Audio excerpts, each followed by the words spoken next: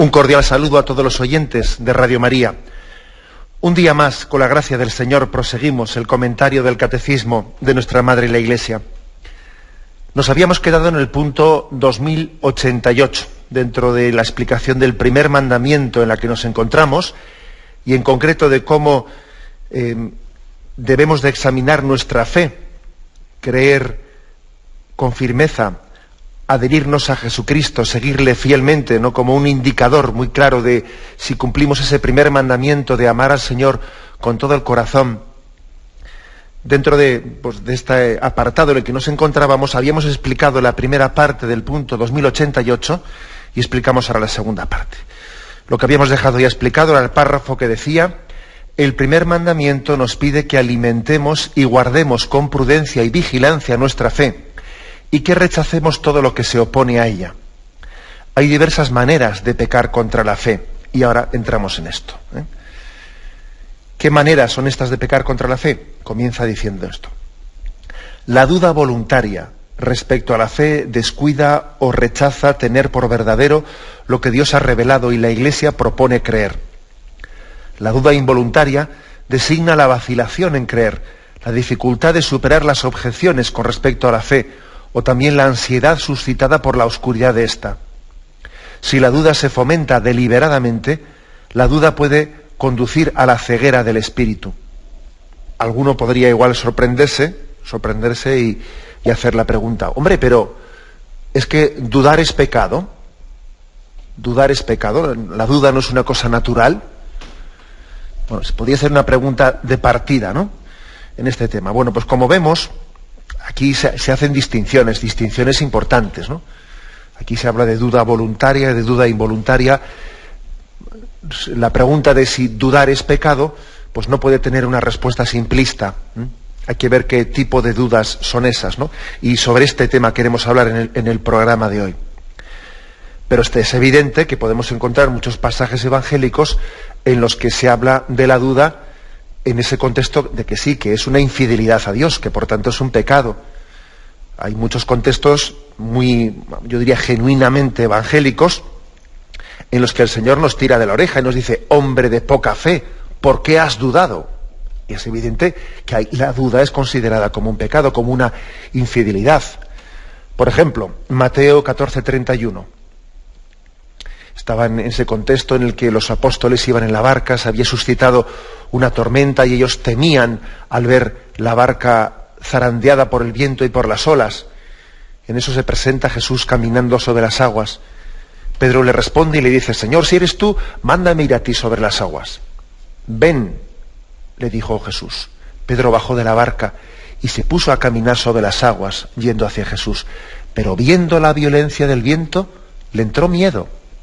Y como comenzara a hundirse, gritó: Señor, sálvame.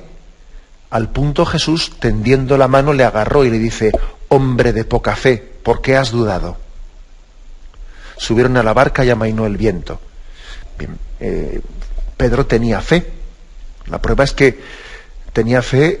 Cuando Jesús le dice: sal de la barca y camina, lo hizo. Y la verdad es que es una obediencia grande que alguien obedezca contra lo que la razón le dice que no puede caminar sobre las aguas, ¿no? Luego tenía fe. Y también tenía fe, lo vemos, que cuando se empieza a hundir sabe a quién recurrir y sabe a quién pedir ayuda. Pero sin embargo el Señor le reprocha que tenga poca fe. Es curioso, ¿no?, que es un texto en el que se ve, yo creo que también es una pequeña enseñanza pedagógica este texto. Es como diciendo: mira, la fe no basta con tenerla en intensidad en el primer momento, sino que tienes que irla alimentando.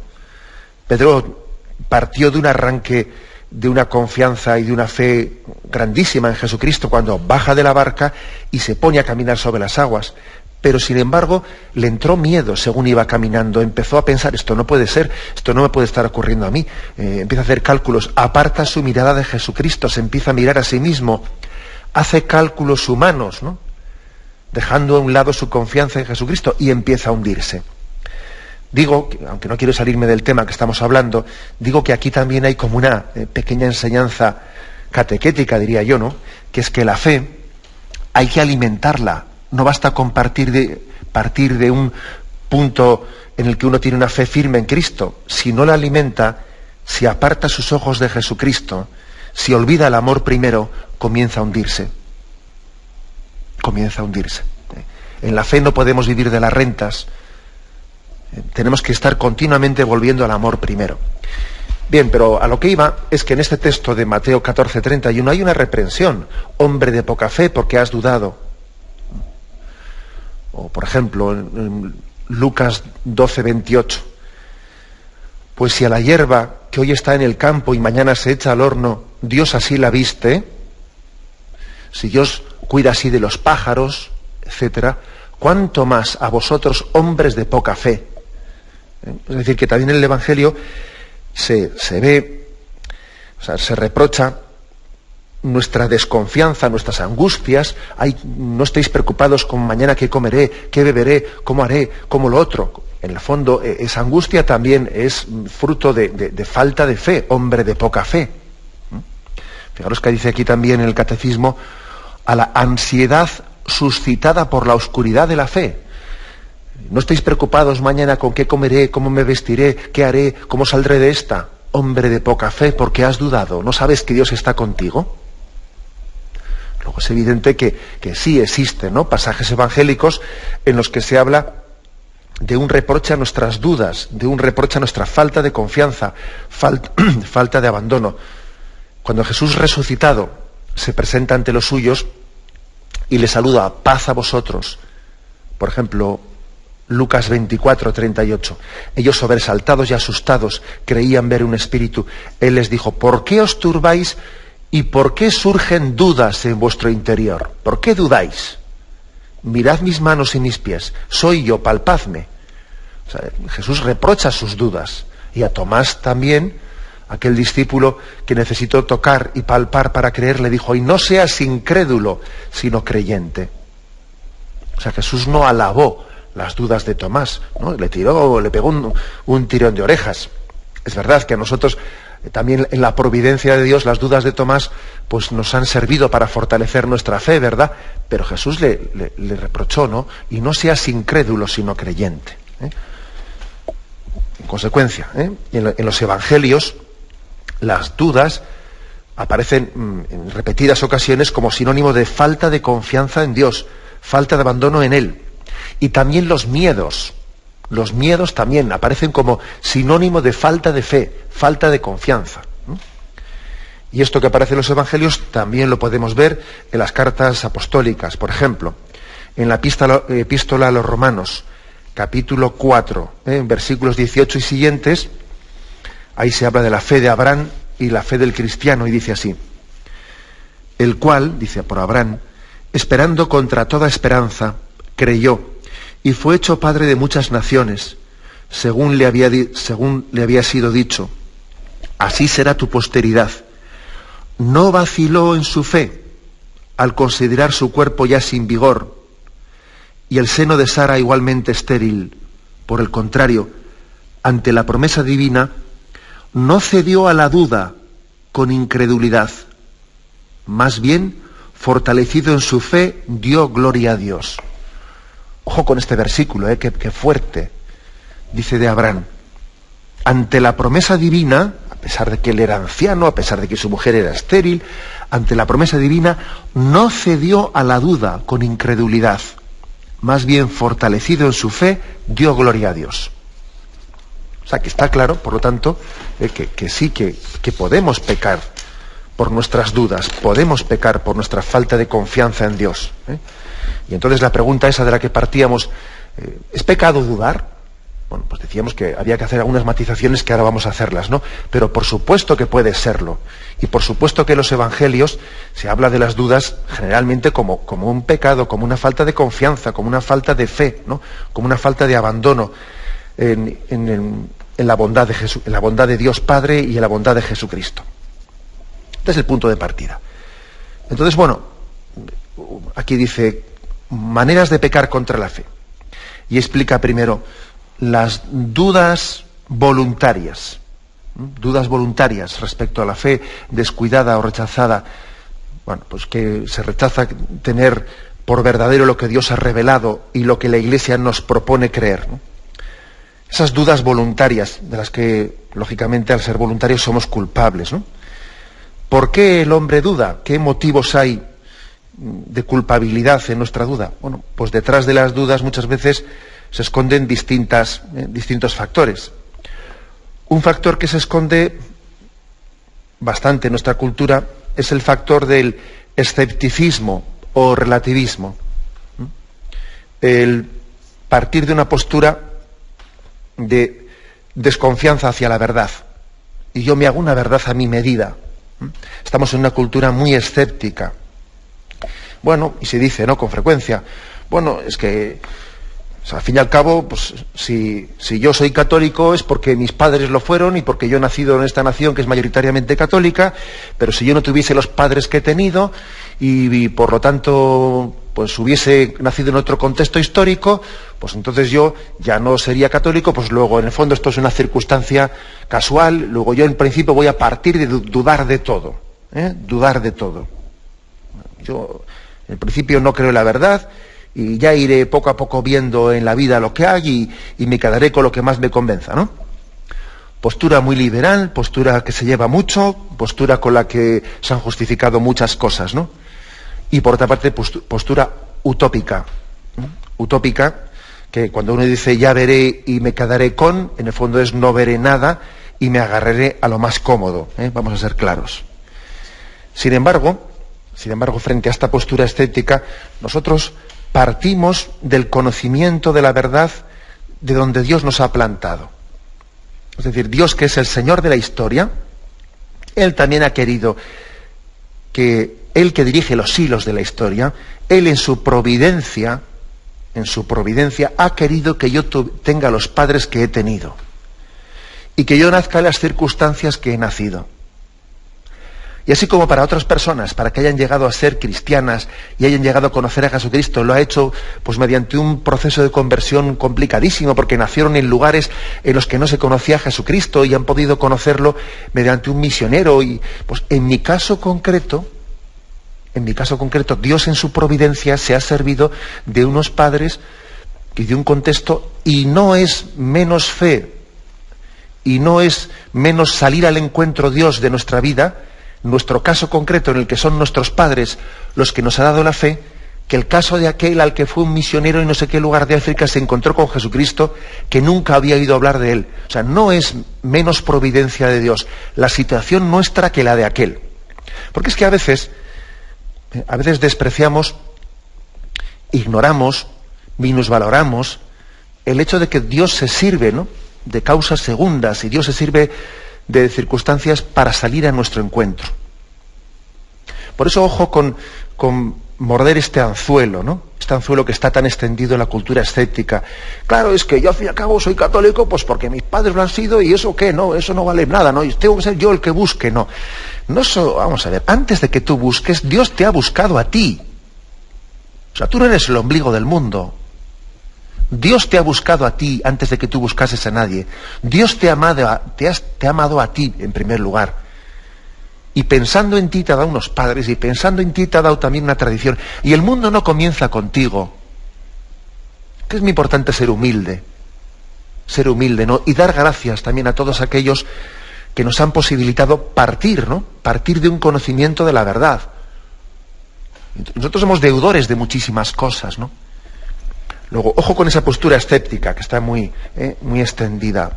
No, frente a ella nosotros partimos del grado de certeza, ¿no?, del que somos deudores, y seguimos construyendo. Y por supuesto que alguien tendría obligación de convertirse si entendiese que esa fe que ha recibido no es la fe verdadera. Imaginaremos que puede ocurrir, ¿no?, que una persona en un contexto mayoritario de una religiosidad la ha recibido, él en principio parte de esa certeza, pero luego descubre en el interior de su conciencia que no es verdadera. Tendría obligación en conciencia, ¿no?, de convertirse a eso que él en su conciencia entiende como verdad. Bueno, y de hecho, pues por eso también los misioneros van a misionar a lugares que son mayoritariamente de otras religiones, y también proponen a Cristo para que quien le conozca se convierta, ¿no? Pero ojo al escepticismo y al relativismo, ¿no?, que plantea una duda voluntaria y total. También muy ligada a la comodidad, claro, muy ligada a la comodidad. Porque a veces es muy cómodo dudar. porque mientras que dudo no me entrego a nada, no me comprometo con nada. Es que a veces tener fe supondría tener que arrancar determinados hábitos de vida en los que tenemos muchas esclavitudes. Claro, es que tener fe no es una mera adhesión intelectual. Tener fe es seguir a Jesucristo, lo cual supone cambiar de vida en muchos terrenos, y es posible que las dudas sean la pantalla que esconde una falta de apertura a la conversión. Las dudas pueden ser perfectamente un escudo defensivo para no entregar nuestra vida y no arrepentirnos de nuestros pecados. Así de claro, ¿eh? Luego muchas veces la comodidad, aunque yo creo que es un error, porque uno dice voy a dudar para no convertirme y así vivir más cómodamente. Hombre, no solemos ser tan humildes para pensarlo explícitamente. Esto lo hacemos autojustificándonos, ¿sabéis? Pero sin decirlo tan a las claras, porque si uno lo dijese tan a las claras, pues parece que ya le daría vergüenza, ¿no? Entonces, pero sí, hay medio voluntariamente, pero vamos, ¿no? Pero en el fondo, con complicidad de nuestra parte, existe un no creer para no convertirme. No creer para no convertirme, porque me cuesta convertirme. Y porque uno entiende que va a ser más cómodo seguir en sus pecados. Craso error. Aparentemente, a corto plazo, a veces seguir en nuestros pecados parece más cómodo. Pero es verdad que a veces cuando Jesucristo viene y nos dice y nos llama a la conversión, es verdad que puede parecer que la vida se complica. Jesús dijo, ¿no pensáis que he venido a traer paz? No he venido a traer paz sino guerra. Y he venido para que estés enfrente con el otro. Es decir, Jesús advierte de que cuando Él llama a la conversión y alguien responde a esa llamada, su vida se puede complicar.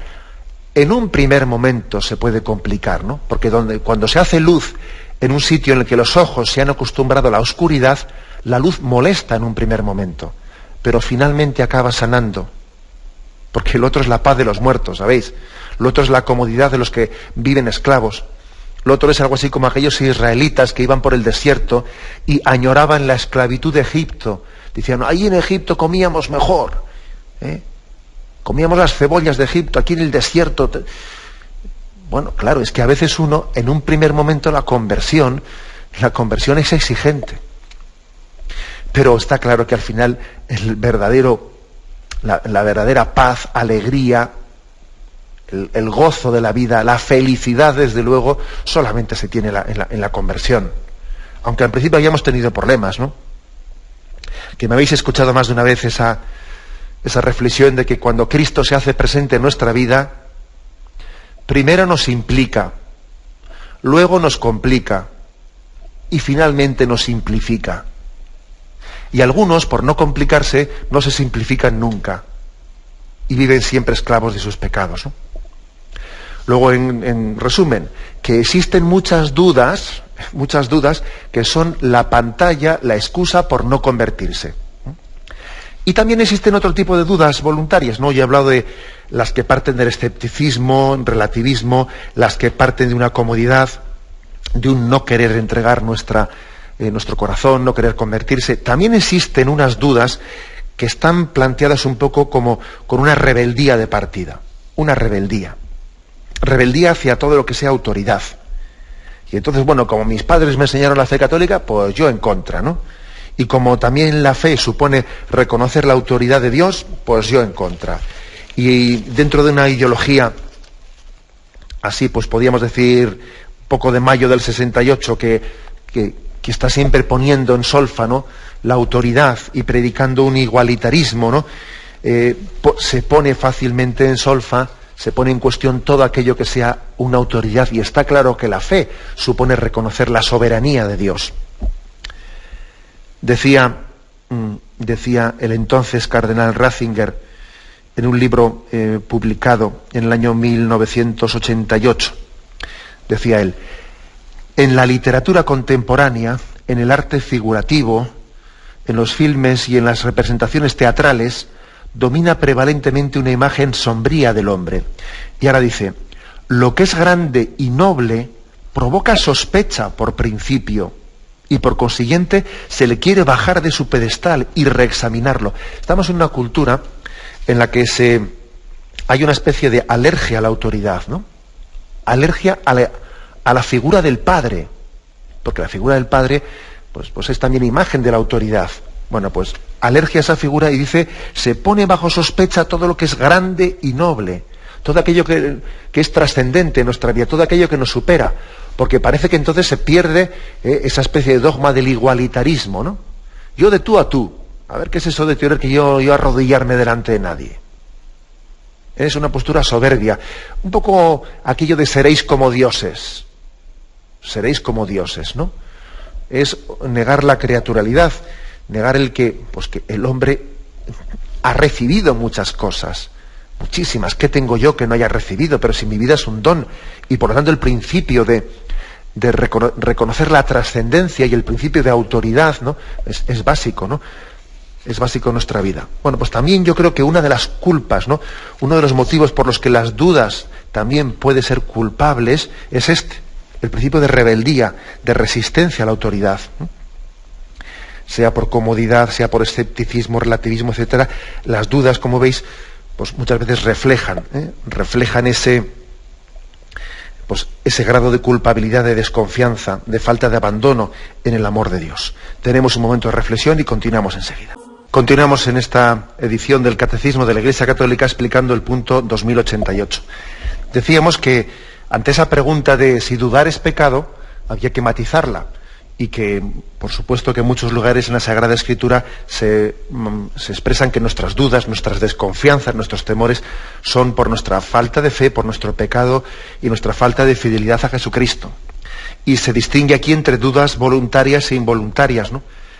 También existen aquí dudas involuntarias de las que podemos ser culpables, me explico, porque aunque uno dice, bueno, pero ¿cómo una duda involuntaria puede ser culpable? Bueno, porque uno ahí ha fomentado aquello que ha causado esa duda.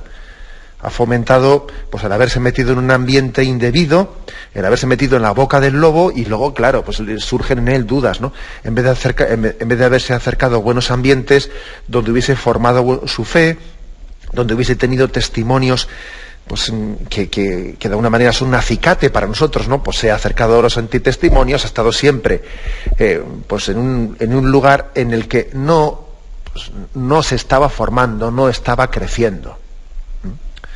Porque vamos a ver, una cosa es que alguien por su apostolado y por su estado de vida tenga que estar en situaciones complicadas, y Dios le ha puesto ahí y tiene que hacerles frente, y otra cosa es que uno busque situaciones, bueno, pues podríamos decir en las que no recomendables para nuestra formación en la fe, para nuestra fe firme, las busque pues como un sitio en el que se siente cómodo y en el que tiene unas ciertas complicidades, y se está autojustificando a ello, se está autojustificando en esos ambientes.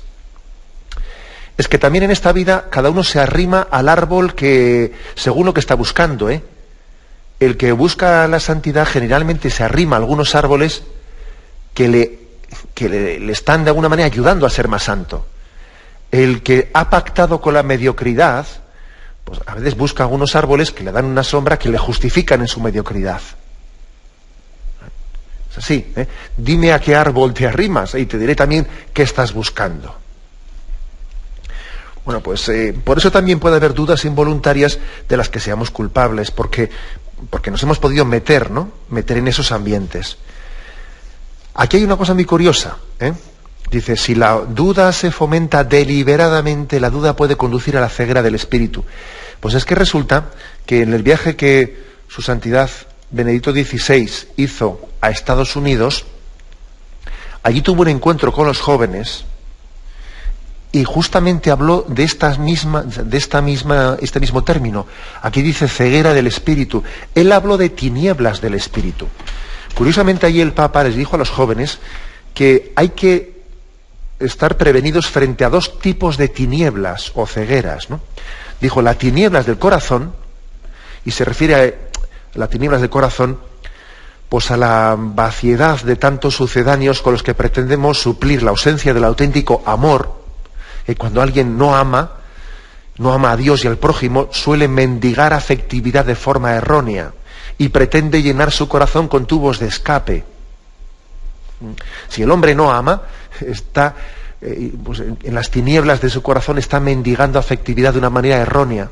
Y hay muchas esclavitudes en el hombre que surgen por el drama de no haber amado generosamente.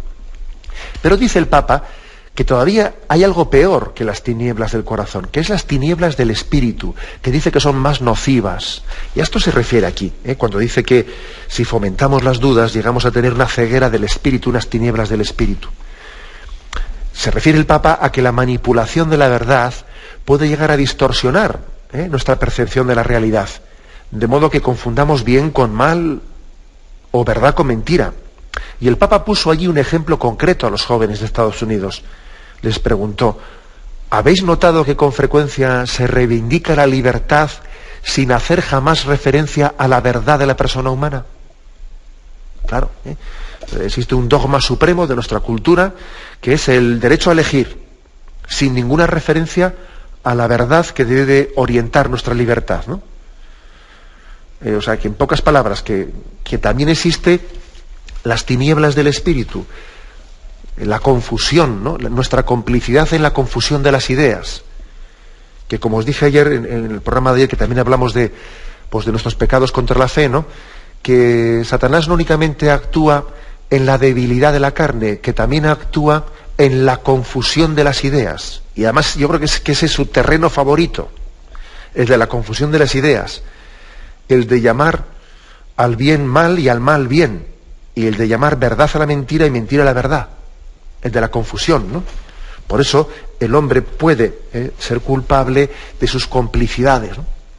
Con sus complicidades me refiero pues en no haber formado bien su fe y luego tener unas dudas que, aunque en sí sean involuntarias, uno puede ser culpable de ellas pues por no haberse formado adecuadamente.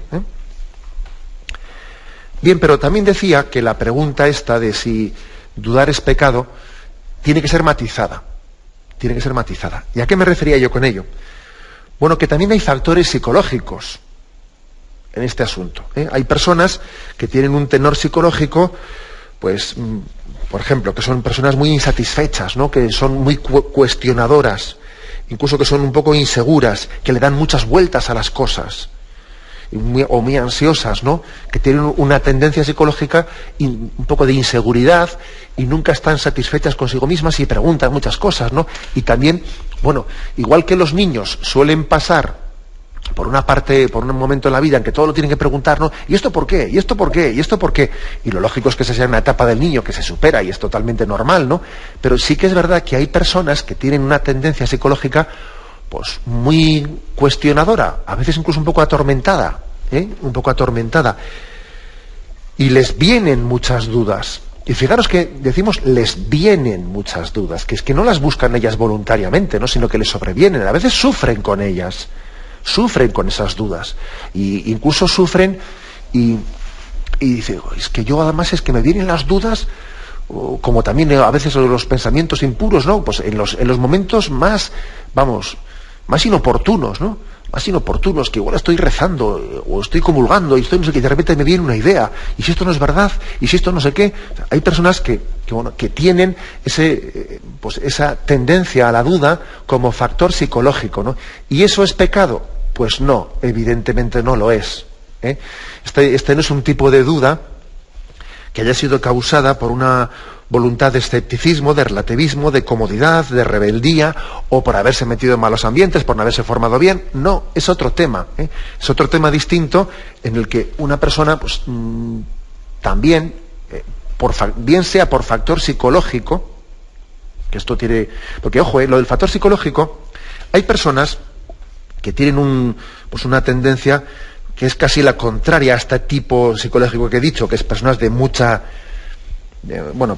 poco luchadores, más bien pasotas, pues tranquilones, que parece que no se cuestionan nada, y estos tienen un tipo psicológico en el que parece que es muy difícil que les surjan las dudas. En el fondo lo que no les surge es casi nada, ¿no? Con esa forma que tienen de ser, parece que les importan poco las cosas. Y no pensemos que estos, porque les surjan menos dudas, son peores creyentes que los primeros, no. O sea, que es que hay un factor psicológico que hay que tenerlo en cuenta. No sería, por lo tanto, ¿no?, prudente que alguien dijese, no, es que me ha venido una duda, me ha sobrevenido una duda, ¿no? Luego yo ya he pecado. No sería prudente, porque muy posiblemente pueda existir este factor psicológico detrás de nosotros. Y no únicamente un factor psicológico, sino que también puede ocurrir que Dios permita que en la etapa de crecimiento de una persona tenga que ser superada una tentación. Y que el tentador tiente, ¿no?, a un creyente, a un cristiano, le tiente contra la fe y tenga que mantener un combate. Y bueno, y esa tentación no es pecado. Será pecado si se cede a la tentación. Pero en principio, las tentaciones contra la fe, si Dios las permite, es porque en su providencia Él confía que salgamos de ellas fortalecidos.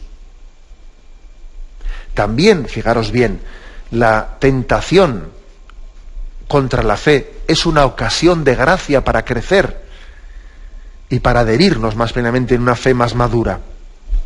O sea, esto también es cierto. Uno puede tener dudas de las que es culpable, pero también, ojo, nos han podido sobrevenir dudas de las que no somos culpables, bien sea por ese factor psicológico del cual yo hablaba, y bien sea porque también hay una tentación, o está mezclado las dos cosas, ¿no? Una tentación en la que el Señor, en su providencia, quiere que salgamos de ella fortalecidos. Entonces igual sería bueno también que, pues dijéramos, consejos ante la duda. Vamos a ver, ¿qué consejos se pueden dar a un cristiano que tiene dudas? Que le sobrevienen esas dudas, ¿no? Es curioso que decimos le sobrevienen, le vienen, ¿no? Y en ello distinguimos claramente de lo que uno busca o se mete indebidamente donde no tenía que meterse, ¿no? Consejos ante la duda. Bueno, pues yo me permito hacer una pequeña explicación con 5 consejos concretos. Primero, no dejarse ahogar por la duda. No dejarse ahogar por ella. Oye, yo no puedo echar por la ventana la certeza de mi fe de 20 años, porque de repente en un momento determinado de mi vida, pues me ha sobrevenido, ¿no?, pues un momento de duda. O sea, lo primero, no dejarse ahogar por el chaparrón. Aplicar aquello que decía San Ignacio de Loyola: en tiempos de turbación no hagas mudanza. ¿Sabes? O sea, ojo, no te dejes ahogar, no te dejes... Una vez a mí me ha ocurrido encontrarme con alguna persona que me dice: es que he perdido la fe. ¿Así? ¿Y eso desde cuándo ha sido? No, porque la semana pasada... Hombre, ¿y esto qué es, como perder la cartera o qué? O sea, de repente he perdido la fe, ahí va. Esto, lógicamente, eso es una manera de proceder, pues muy ansiosa. Eso, vamos a ver, lo primero, la fe está tan ligada a nuestra vida, supone que la ha configurado de una forma, ¿no?, que sería absurdo el hablar de he perdido la fe como quien ha perdido la cartera. Pero hombre, lo primero es no dejarse ahogar por la duda. No dejarse ahogar por la duda.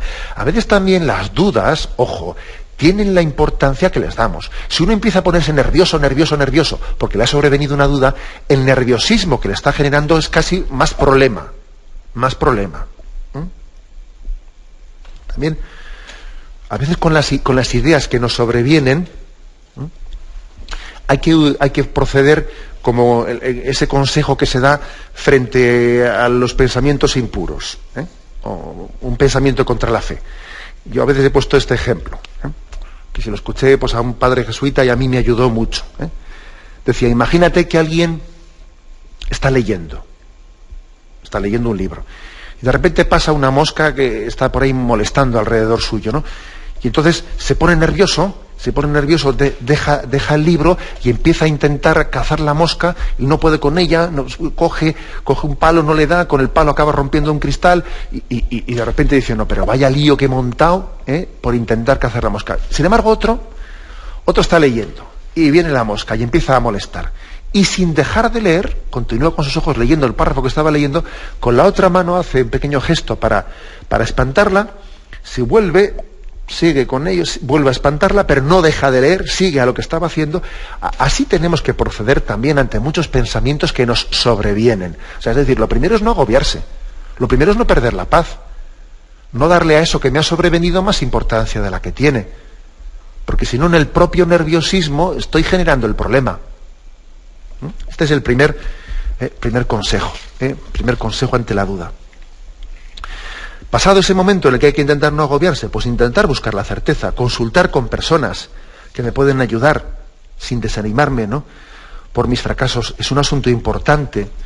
Un esfuerzo prolongado no es mucho pedir. O sea, si yo tengo una duda que me parece que no es únicamente un moscardón que ha pasado una vez, sino que viene una y otra vez y se hace presente de una manera bastante prolongada en mi vida, aunque yo ciertamente no dejo de leer y sigo a lo que estaba, sí consulto esa duda.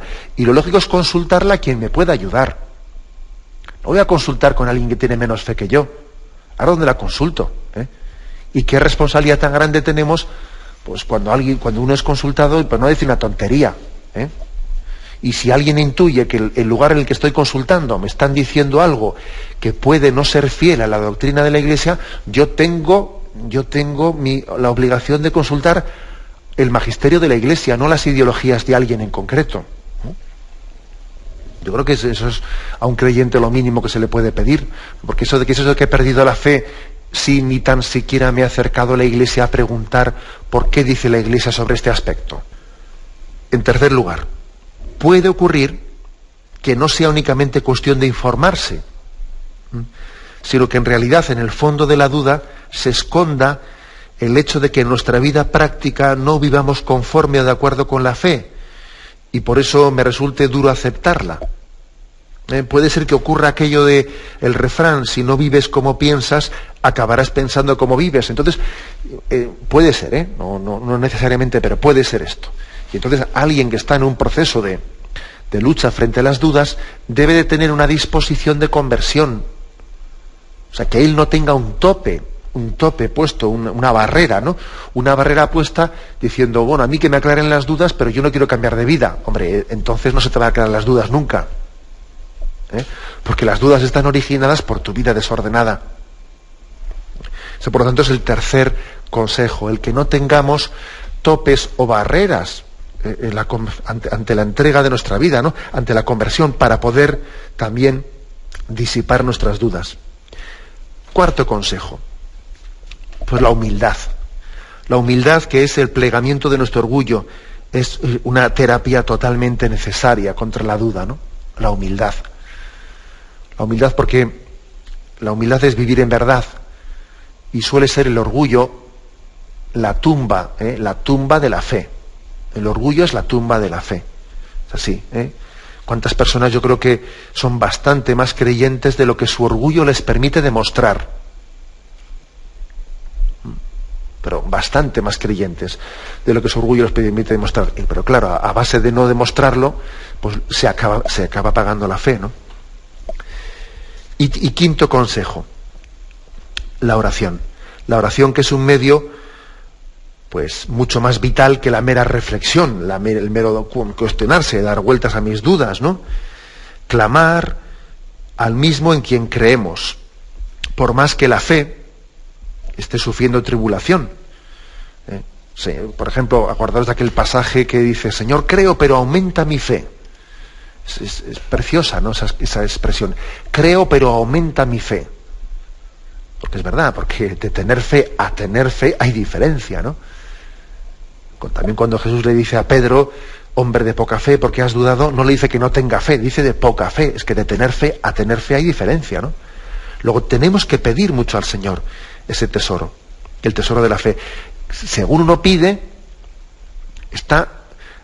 la petición por algo es que yo lo valoro mucho. Yo lo valoro mucho. Yo me acuerdo de haberle dicho a un grupo de jóvenes en un momento determinado, les he dicho: ¿cuántas veces habéis ido a la ermita a poner velas en tiempos de exámenes? Yo le digo a mi abuela que vaya, yo tal, yo cual tal. Ahora, ¿cuántas veces habéis ido a la ermita a pedir o a poner una vela para que crezca mi fe? Claro, silencio absoluto. Bueno, pues, ¿qué hay que desprender de esto? Que, como te podéis imaginar, tú no estás valorando la fe, no la estás valorando. La prueba es que no la pides nunca. Y la prueba es que envías a tu abuela que ponga una vela para que apruebes el examen, pero tú no se te ocurre hacer lo mismo, o ir tú, o hacer una novena para que mi fe aumente.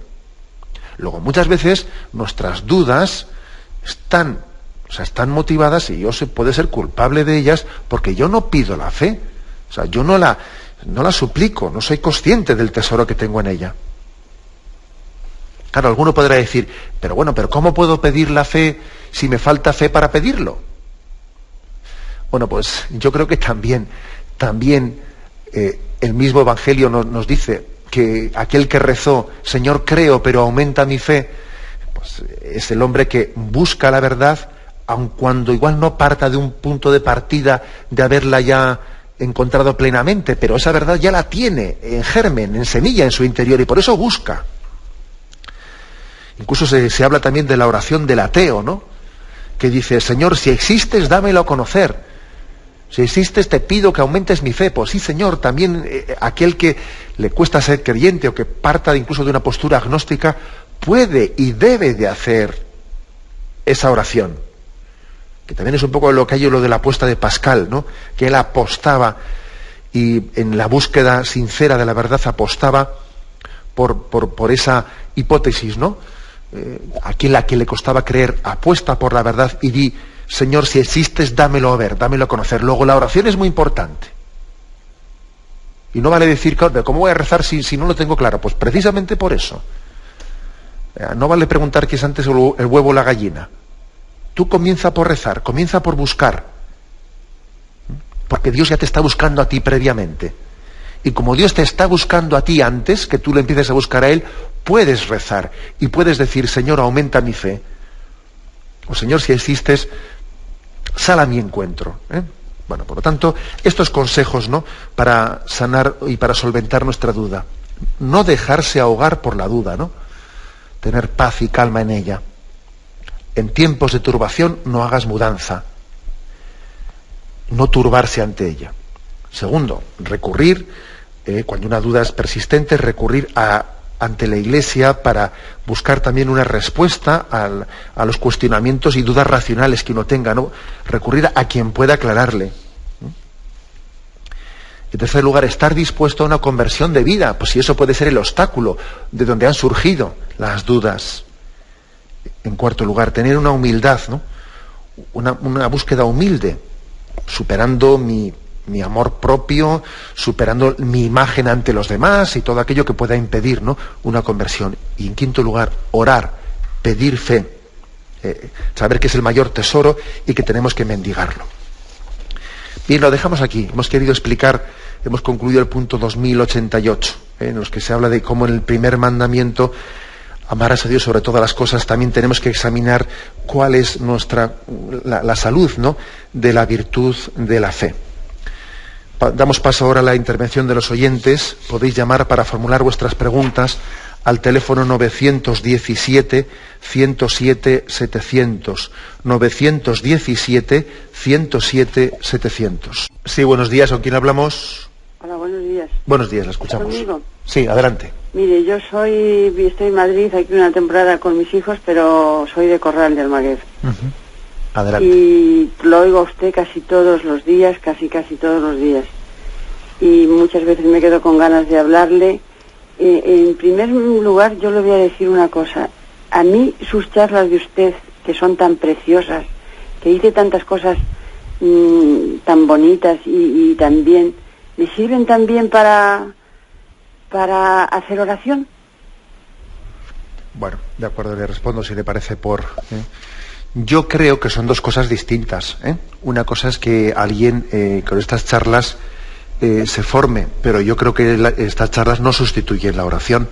Le pueden ayudar a estar en presencia de Dios, le pueden llevar a una formación, pero la oración es un tú a tú delante del Señor.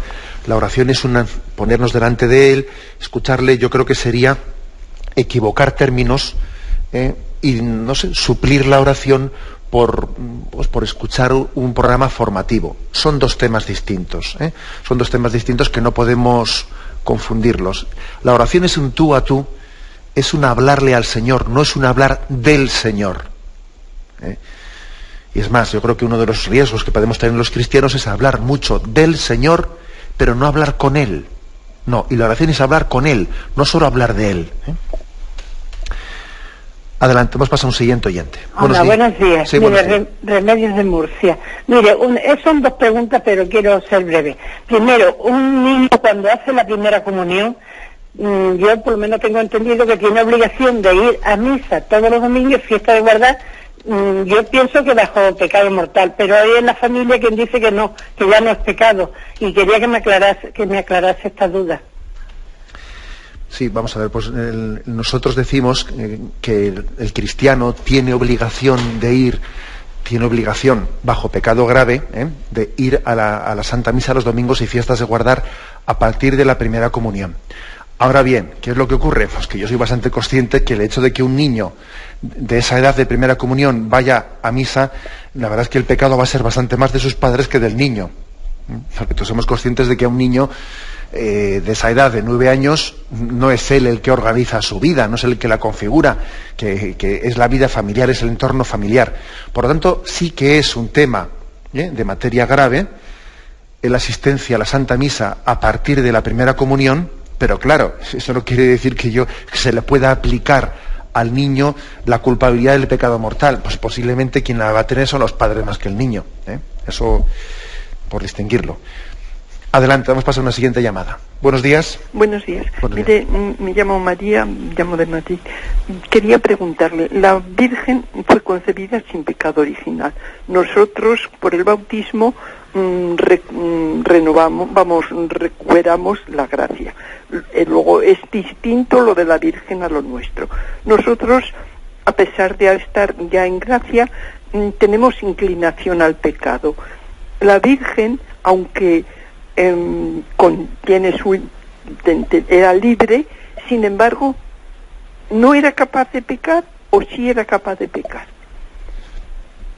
Sí, vamos a ver, yo creo que hay que decir que sí era capaz de pecar, sí podía haber pecado. De hecho, Adán y Eva tampoco tenían pecado original y pecaron. ¿De acuerdo? O sea que yo creo que el hecho de que alguien no tenga un pecado original no quiere decir que le haga impecable. Podía haber pecado y de hecho el pecado original se produjo en esas circunstancias.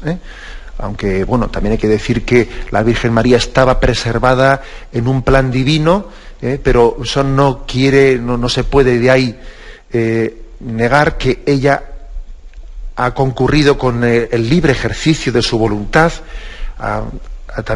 se ha adherido libremente y voluntariamente y meritoriamente, ¿no? Y meritoriamente a ese plan de Dios en el que ella ha sido preservada del pecado para ser la madre de Dios.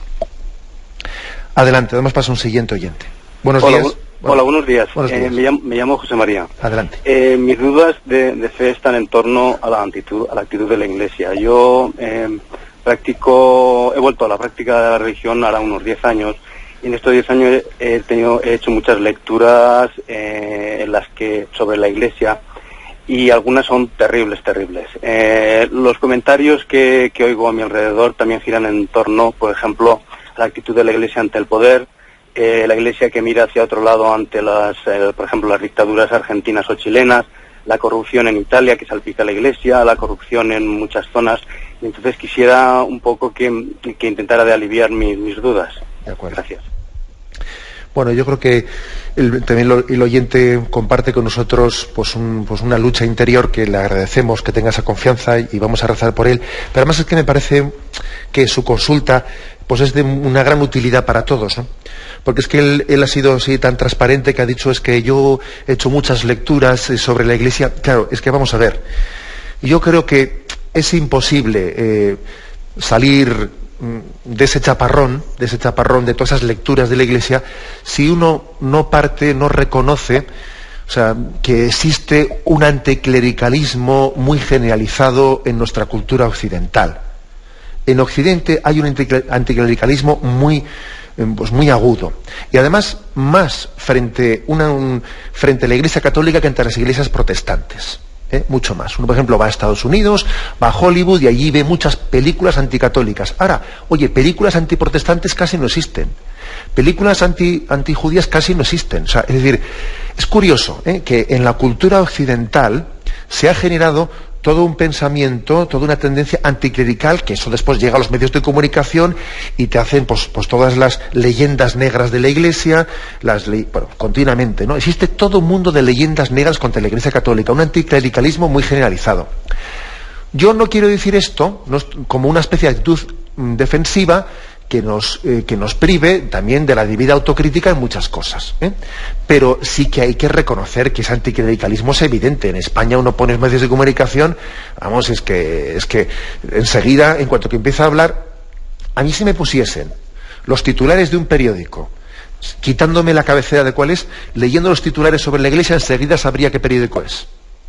O si me pusiesen un locutor, aunque yo no sepa qué locutor, no reconociese su timbre de voz, y empiezo a ver cómo habla de la Iglesia, ya sabría qué radio es enseguida. O sea, es que existe un anticlericalismo que deforma la realidad. Y uno de los grandes dramas es que los católicos no conocen, muchos, estoy generalizando, muchos no conocen a la Iglesia en directo, sino conocen a la Iglesia por la caricatura que les han hecho de ella. Entonces, pues yo creo que frente a esto, yo lo que le diría al oyente, es que intente conocer a la Iglesia en fuentes directas, no en fuentes indirectas, ¿no? En fuentes directas, y que intente conocerla desde dentro, que intente leer revistas que, pues por ejemplo, que las propias comunidades cristianas editan y que hablan de su vida interna, ¿no? O sea, no es lo mismo, pues por ejemplo, que alguien le lea esta revista y la otra, que son revistas católicas en las que nosotros hablamos de la Iglesia, que lea determinado periódico, determinada radio, determinada tal, que hablan de nosotros. Pero bueno, si cuanto más lejos están, pretenden conocernos más. Oiga, eso no puede ser. O sea, es curioso que la crítica hacia la Iglesia suele ser inversamente proporcional a la cercanía a ella. El más lejano la critica más. Bueno, eso, a mí francamente un poquito de autoestima ya me da eso, O sea, no sé, me da un poquito de paz interior, porque observo que a mayor lejanía, a mayor desconocimiento, más crítica. Bueno, pues quizás también creo que nuestro único antídoto frente a eso es dar a conocer el rostro de la Iglesia de Cristo, que es Iglesia Madre, Iglesia que se entrega por los suyos. Me despido con la bendición de Dios Todopoderoso, Padre, Hijo y Espíritu Santo. Alabado sea Jesucristo.